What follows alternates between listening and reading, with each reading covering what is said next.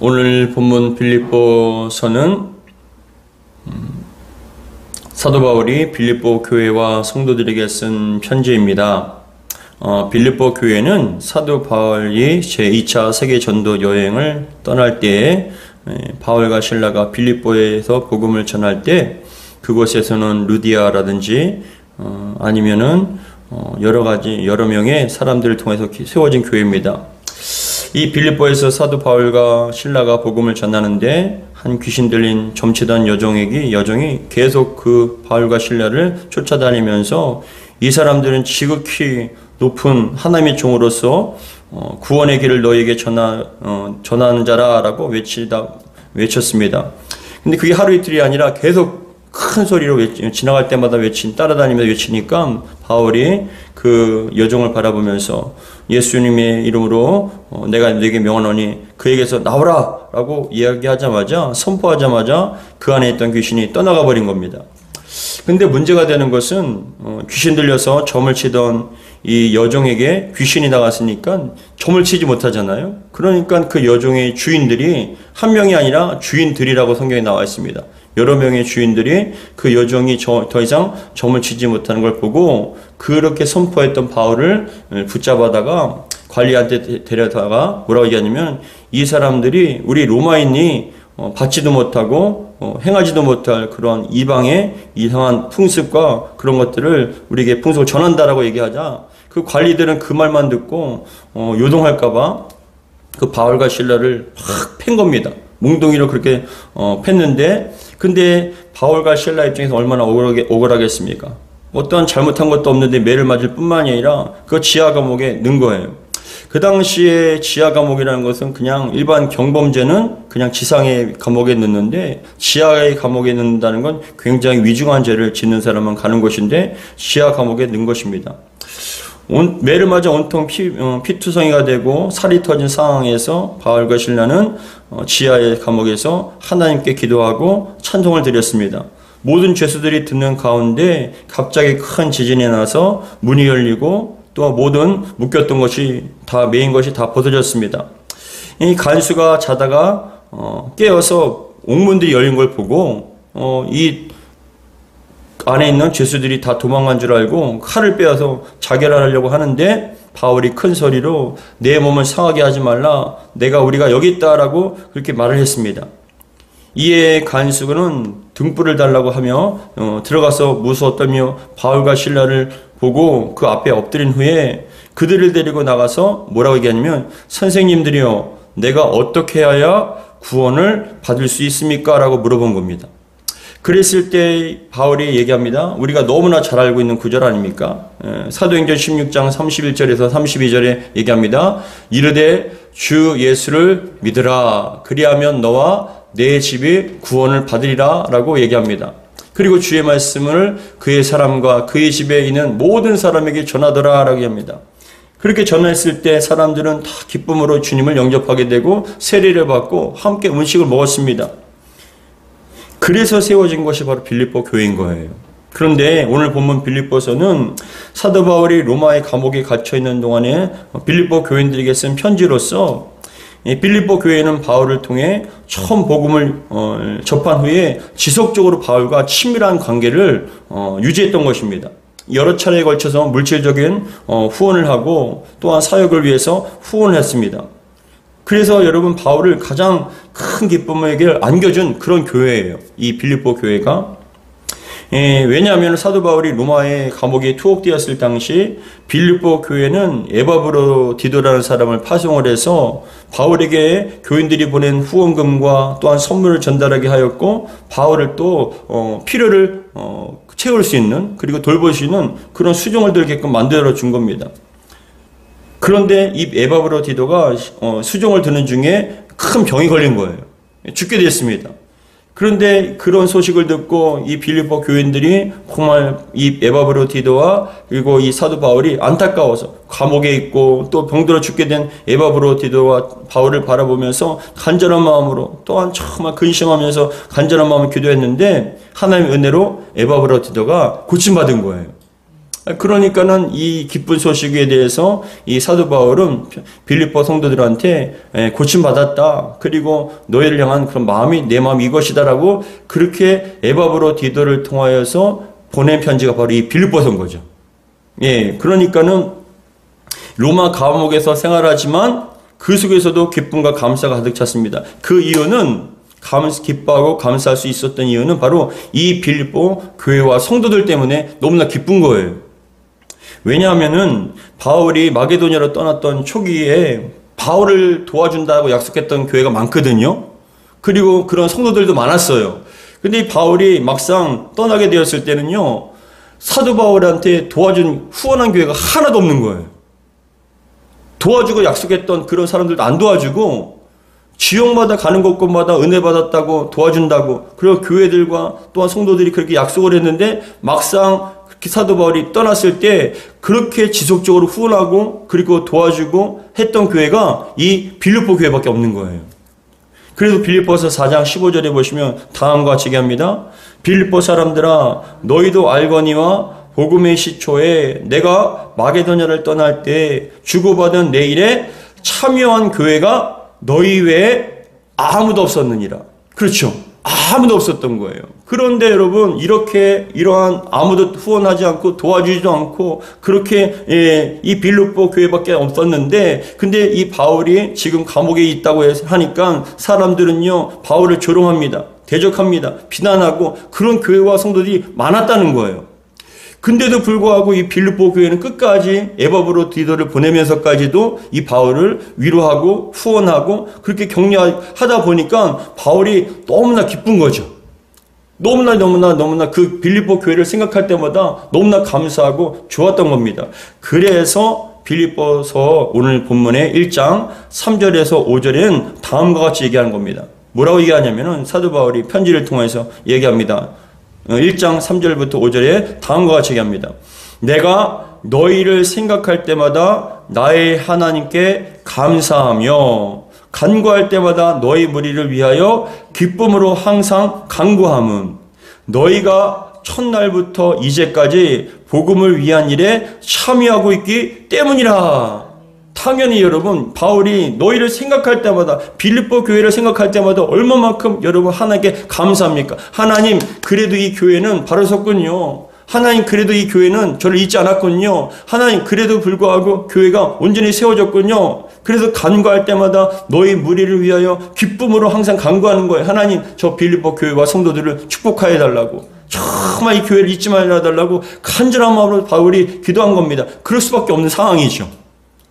마음의 진심으로 우러날 수밖에 없는 상황 아닙니까? 그래서 5절에 뭐라고 얘기하냐면은 너희가 첫날부터 이제까지 복음을 위한 일에 참여하고 있기 때문이라. 이 여러분 바울에게 복음을 후원을 했을 뿐만이 아니라 이 빌립보 교회에 핍박이 많았어요. 사실은 가난하지만 좀 작은 교회지만 그럼에도 불구하고 이 빌립보라는 지역 자체의 특성상 이 빌립보 교회와 성도들에게 많은 박해와 핍박이 있었습니다. 그럼에도 불구하고 굴하지 않고 신앙과 믿음을 지켰다는 거예요. 그런 것이 한두 번이 아니라 지속되었음에도 불구하고 계속적으로 그 복음에 위해서 참여하고 있다는 것, 고난이 동참하고 있다는 게 얼마나 기쁜 일인지 모릅니다. 여러분 평상시에는 내가 잘 나가고 잘 될 때에는 주변의 사람들이 항상 함께 있을 것처럼 인생의 동반자요 진정한 친구처럼 만난 사람 많지 않습니까? 그러나 막상 내가 힘들어지고 어려워지면 자신들에게 도움을 구하거나 피해가 될까봐 뒤돌아보지 않고 외면하는 시대 아닙니까? 그런데 그렇게 주변 사람들이 다 외면하고 떠나는 힘든 상황 속에서도 변치 않고 곁을 지켜주며 오히려 도움의 손길을 내밀어주는 그 사람이 얼마나 고맙겠습니까? 바울의 입장에서 이 빌립보 교회와 성도가 그런 입장인 거예요. 저는 우리 오산 세임만교회가 이런 교회와 성도들이 되길 간절히 소망합니다. 그 사람의 형편과 상황에 따라 변하는 것이 아니라 힘들고 어려울 때 더 큰 힘이 되어주고 도움의 손길을 내밀어 줄 수 있는 신실하고 변함없는 교회와 성도님들이 되기를 주 이름으로 축복합니다. 함께하는 지체에게 어려운 일이 생기거나 힘든 일이 생기면 진심으로 내일처럼 걱정해주고 위로해주고 간절히 함께 기도해주며 극복해 나아갈 때 우리 공동체는 더욱더 아름답고 굳건한 공동체가 될 줄 믿습니다. 이어서 사도 바울은 자신이 빌립보 교회와 성도들을 향한 어떤 자신의 마음이 어떤지를 또 고백합니다. 너무나 감사해서 그래서 고백하는 거예요. 오늘 본문 6절부터 8절 같이 한번 읽겠습니다. 6절부터 8절 시작. 너희 안에서 착한 일을 시작하신 이가 그리스도의 예수 날까지 이루실 줄을 우리는 확신하노라. 내가 너희 무리를 위하여 이같이 생각하는 것이 마땅하니 이는 너희가 내 마음에 있음이며 나의 맹인과 복음을 변명함과 확정함에 너희가 다 나와 함께 은혜에 참여한 자가 됨이라. 내가 그리스도의 심장으로 너희 무리를 얼마나 사모하는지 하나님이 내 증인이시라. 이런 고백을 할 만하죠. 그렇죠. 다 떠납니다. 오히려 심각하게 고린도 교회는 여러분 대적을 합니다. 그리고 여러분 바울을 비난하고 더 나아가서 여러분 바울을 어떻게 얘기하냐? 그 바울이 자기의 복음을 전했고 그렇게 신앙과 믿음이 세워지고 세례를 받고 교회가 세워졌음에도 불구하고 그 성도들이 교회와 성도들을 뭐라고 얘기하냐면은 그 당신은 우리의 선지자가 아니다. 사도가 아니다. 당신은 거짓 사도다. 그렇게 여러분 대적을 하면서 교만했던 것입니다. 그런데 이 빌립보 교회는 달랐어요. 끝까지 후원을 하고 끝까지 기도하고 함께 동참했다는 것입니다.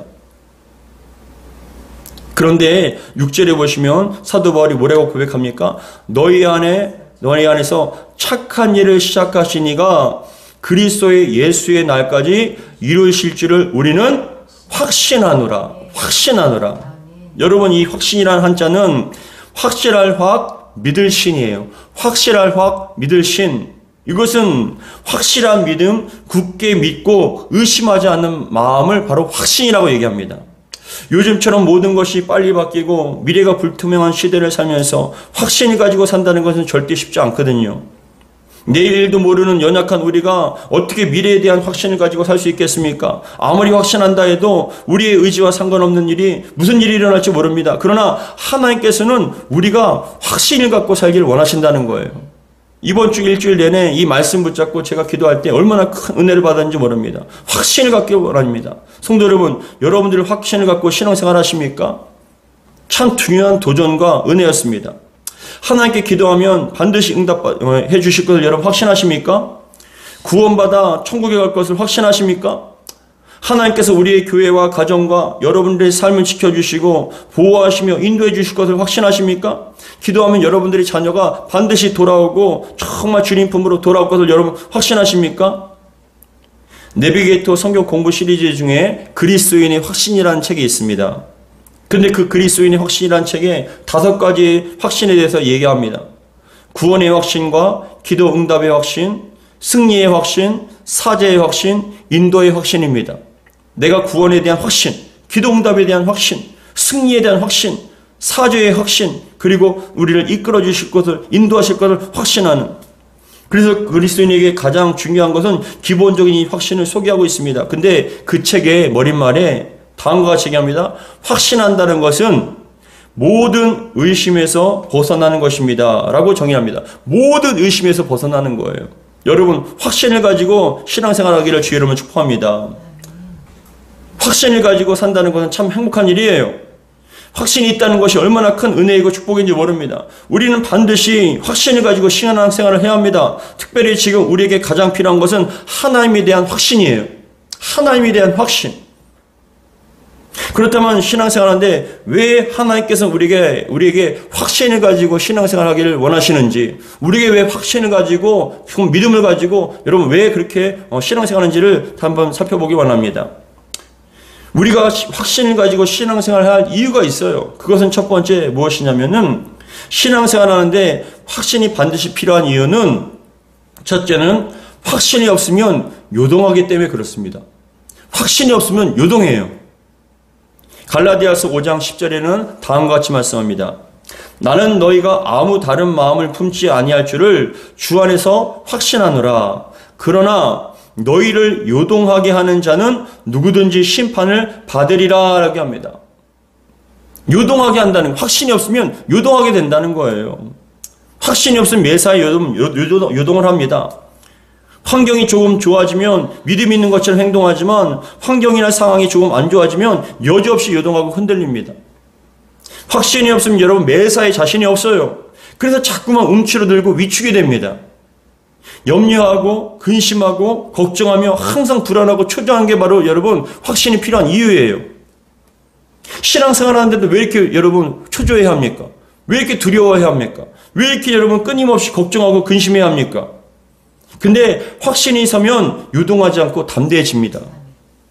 다윗이 골리앗에게 나아갔을 때 얼마나 확신 있게 나갔습니까? 다윗을 바라보는 사울 왕과 이스라엘 군사들이 그 다윗을 확신 있게 나가는 다윗을 바라보면서 담대하게 나가는 다윗을 바라보면서 도대체 저 어린 다윗이라는 청년이 왜 저렇게 확신 있게 나가는지 모르겠다 할 정도로 다윗은 골리앗에게 나가는데 조금도 주저하지 않고 확신 있게 나갔습니다. 다윗은 왜 골리앗에게 조금도 주저하지 않고 확신 있게 나갔을까요? 그것은 다윗에게는 하나님을 향한 확신이 있었기 때문에 그렇습니다. 하나님에 대한 확신이 있어요. 다윗은 양을 돌보는 목동이었습니다. 형들이 7명이나 됐지만 이상하게 아버지 이새는 가장 어린 막내 다윗에게 양들을 맡겨서 양을 치게 만들었어요. 근데 유대에서 양을 치는 것은 우리나라처럼 한 장소에서 풀을 뜯고 물을 먹이게 하는 게 아니에요. 이스라엘은 건기와 우기로 나눠져 있는데 기후로 건기 때는 4월부터 9월인데 그때 건기 때는 세상에 이스라엘에 거의 풀이 없어요. 물도 거의 없습니다. 그렇기 때문에 풀과 물을 먹이는 게 굉장히 힘든 상황이에요. 그래서 물과 풀을 찾기 위해서 이 양들을 키우는 목동들은 여러분 몇 킬로나 몇십 킬로를 갈 때도 있어요. 그런데 양들을 데리고 풀과 물을 찾아 다니다 보면 들짐승들에게 습격을 받을 때가 있다는 겁니다. 이때 목자들은 양을 지키기 위해서 밤낮 없이 주위를 살피며 경계하는데 여우나 늑대 정도면은 막대기나 돌로 위협하고 쫓아낼 수 있겠지만 곰이나 사자 같은 경우는 자기 생명이 달렸기 때문에 못해요.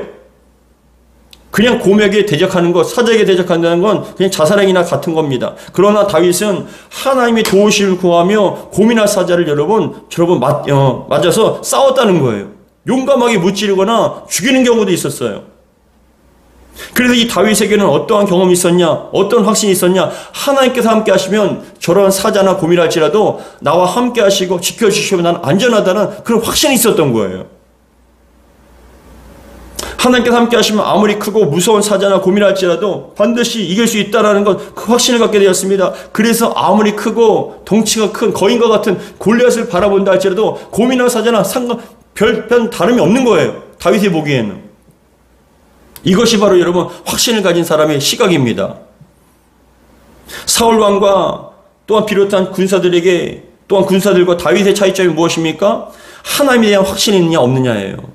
확신을 가지고 바라보느냐 아니면 그냥 바라보느냐가 다른 거예요. 여러분 하나님에 대한 확신을 가진 사람은 두려워하거나 요동하지 않습니다. 담대해집니다. 확신 있는 사람은요, 잘 생각해 보세요. 확신 있는 사람은 믿음과 삶에 활기가 넘쳐요. 아, 하나님께 나에게 은혜 주시지. 하나님께 나에게 능력 주시지. 하나님께서 나에게 또 복을 주실 거야. 이런 어려움이라 할지라도 어떤 상황이라 할지라도 그것을 바라보고 요동하는 것이 아니라 확신을 가지고 믿음의 눈으로 바라봤을 때 그것을 이겨낼 수 있다는 겁니다. 담대해진다는 것입니다. 어떠한 상황을 만나도 절대 굴복하지 않습니다. 왜냐하면 하나님께 대한 확신이 있기 때문에 그렇습니다. 하나님은 저것보다, 저 문제보다 더 크신 분이야. 하나님은 저 모든 상황보다, 환경보다 더 뛰어나신 분이야. 그런 확신이 있는 사람들은요, 날마다 승리한다는 것입니다. 그래서 하나님께서는 우리에게 확신을 갖고 신앙생활하기를 원하신다는 겁니다. 확신이 있으면 요동하지 않습니다. 두 번째, 신앙생활하는 우리에게 확신이 필요한 이유 두 번째는 확신이 없으면 응답받지 못하기 때문에 그래요. 확신이 없으면 응답받지 못합니다. 기도하면서도 확신이 서지 않는 경우가 있습니다. 과연 내 기도를 들어주실까? 과연 그 일이 잘 해결될 수 있을까? 정말 기도한 대로 이루어 주실 수 있을까? 회복되어서 다시 일어날 수 있을까라는 의심을 하면서 기도한 경우가 많습니다. 그런데 이렇게 의심하면서 기도하는 사람은 절대로 응답받지 못한다고 성경에서 말씀하고 계셔요. 야고보서 1장 6절부터 8절에 다음과 같이 얘기합니다. 오직 믿음으로 구하고 조금도 의심하지 말라. 의심하는 자는 마치 바람에 밀려 요동하는 바다 물결 같으니 이런 사람은 무엇이든지 주께 얻기를 생각하지 말라. 두 마음을 품어 모든 일에 정함이 없는 자로다라고 얘기합니다. 오직 믿음으로 구하고 확신 있게 구하라는 거예요. 조금도 의심하지 말라. 의심하는 자는 마치 바람에 밀리는 요동하는 바다 물결 같다. 바다 물결이 여러분 조금만 강한 바람이 불면 얼마만큼 요동을 칩니까? 그렇죠. 의심이 바로 여러분 우리가 기도할 때 의심이 바로 그런 역할을 한다는 거예요. 우리한테 여러분 요동하게 만들어요. 그리고 무엇이든지 주님께 받지 못하게 만듭니다. 왜냐? 하나님께서는 의심하는 곳에 응답을 주실 수 없기 때문에 그렇습니다.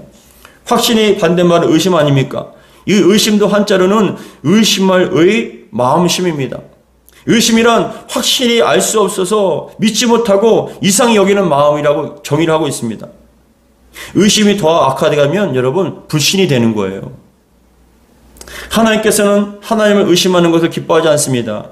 하나님께서 가장 기뻐하시고 우리에게 원하시는 것은 의심이 아니라 확신입니다. 한 로마 백부장이 자신의 집에 중풍병을 앓고 있는 고통받고 있는 종을 위해서 예수님께 나와 자신의 하인을 고쳐달라고 그렇게 부탁을 합니다. 이 백부장은 로마 사람이지만 이미 이스라엘 백성들에게 많은 도움을 주었을 뿐만이 아니라 회당까지 지어준 그런 고마운 사람이었습니다. 유대인들도 장로들도 이 백부장을 칭찬하면서 예수님께서 이 백부장을 도와주려고 함께 부탁을 했습니다.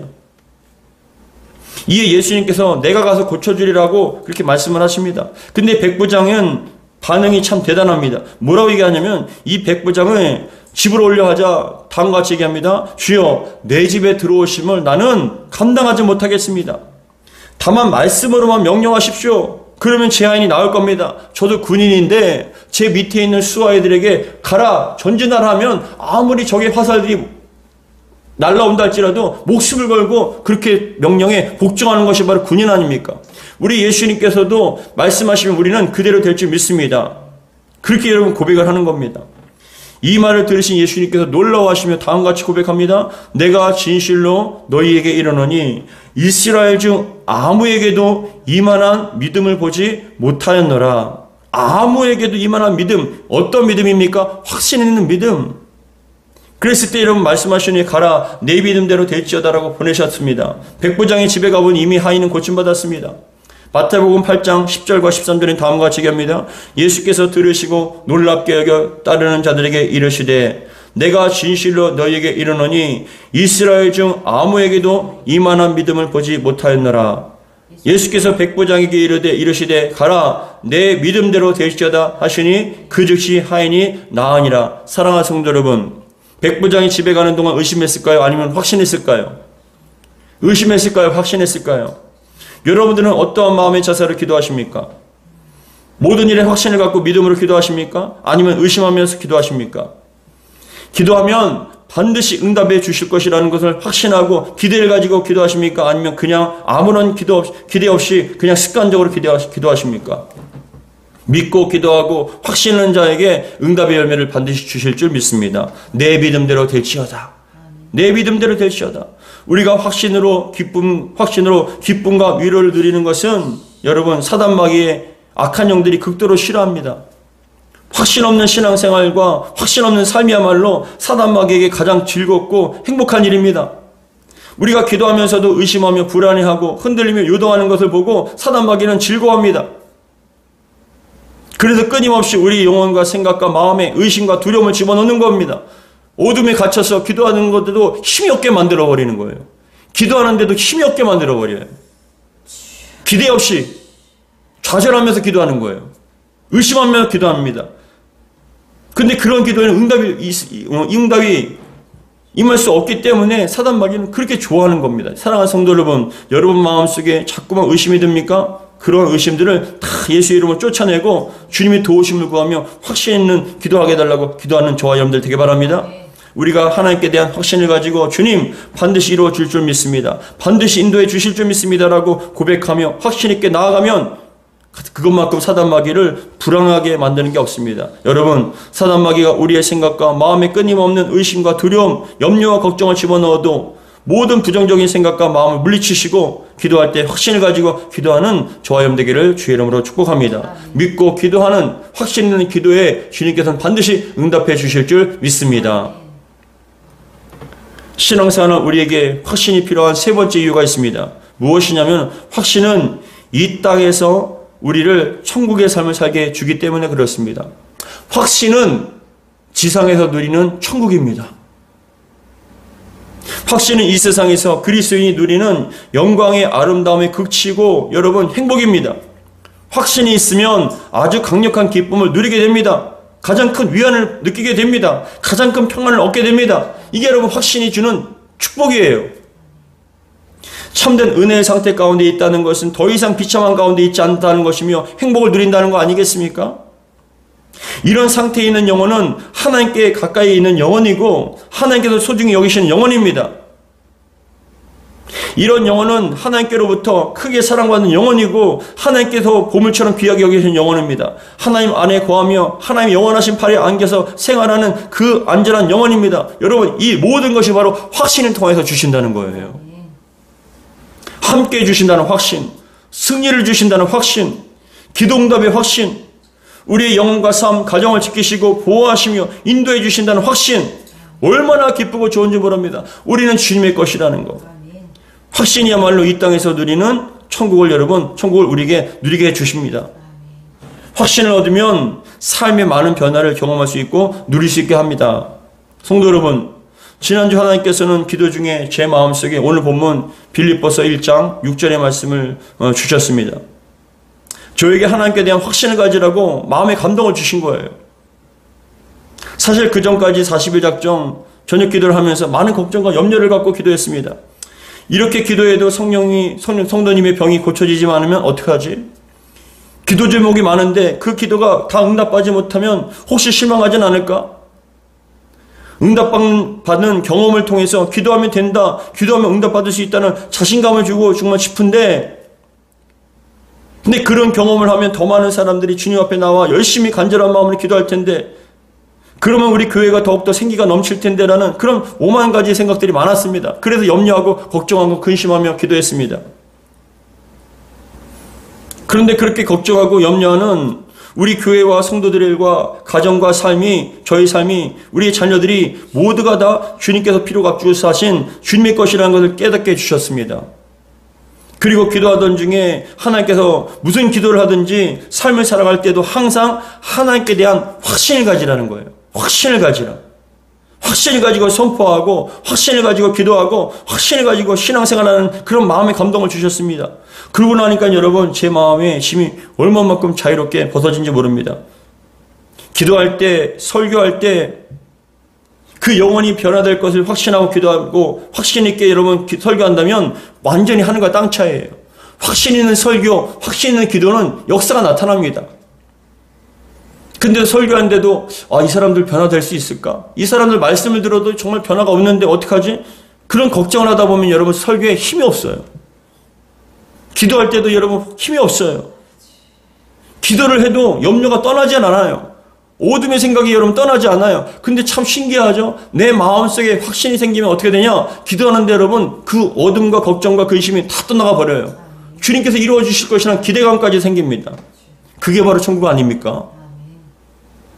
하나님 만날 것을 확신하고 예배하는 것과 그냥 예배드리는 것은 자체부터 틀립니다. 하나님을 만날 것을 확신하며 여러분 예배하는 자들에겐 그 상황 가운데, 예배 가운데 하나님 반드시 그 영혼을 만나 주시고 은혜 주시고 능력 주십니다. 이처럼 확신을 가지고 신앙생활하는 것과 그냥 하는 것은 완전히 다른 결과를 가져온다는 겁니다. 사랑하는 성도 여러분, 여러분들은 어떻게 신앙생활하고 계십니까? 확신을 가지고 신앙생활하십니까? 아니면 그냥 하십니까? 확신을 가지고 신앙생활하기를 주의 이름으로 축복합니다. 앞으로 천국에 가게 될 뿐만이 아니라 이 땅에서 천국을 누리며 살게 해주는 게 무엇입니까? 확신입니다. 하나님에 대한 확신, 기도의 확신, 승리의 확신, 응답의 확신, 인도의 확신, 모든 그 확신들이 우리를 즐겁게 해주고 행복하게 해주고 우리의 삶에 생기를 불어넣어 주십니다. 확신은 지상에서 천국을 누리게 줍니다. 여러분 삶이 확신 있는 신앙과 확신 있는 그런 기도, 확신 있는 그런 신앙생활하기를 주 이름으로 축복하며 여러분 어디 가든지 주님께서 동행하시며 주님께서 이끌어 주시며 주님께서 그것을 해결해 주실 것을 믿고 확신 있게 신앙생활하는 저와 여러분 되기를 주 이름으로 축복합니다. 그 영혼에게 그 영혼의 마음이 그리고 가정과 삶이 천국으로 바뀌어지게 될 줄 믿습니다. 기도하겠습니다. 아버지 하나님 감사드립니다. 오늘도 우리에게 귀한 말씀을 주셨습니다. 아버지 하나님 저희들이 천국의 온전한 삶을 살 수 있도록 도와주옵소서. 항상 매사에 확신 있게 살게 도와주옵소서. 기도를 할 때에도 신앙생활을 할 때에도 무엇을 할 때에도 항상 하나님에 대한 확신을 갖고 생활하게 도와주옵소서. 염려와 걱정과 근심은 사단마귀가 불어넣어주는 어둠의 생각입니다. 우리가 걱정한들 그 염려한들 우리가 키 한 자도 자랄 수 없게 하지만 우리 하나님께서 명령하시면 키도 자라게 하시고 건강케 해주시고 삶의 모든 문제도 해결해 주실 줄 믿사오니 주여 우리가 염려하기보다는 확신 있게 기도할 수 있도록 도와주옵소서. 확신은 우리를 천국으로 삶을 살게 해주십니다. 하나님 우리가 앞으로 갈 천국뿐만 아니라 이 땅에서도 천국을 누릴 수 있도록 확신 있는 삶을 살 수 있도록 은혜 베풀어 주옵소서. 우리 주 예수 그리스도로 축복하며 기도하옵나이다. 아멘.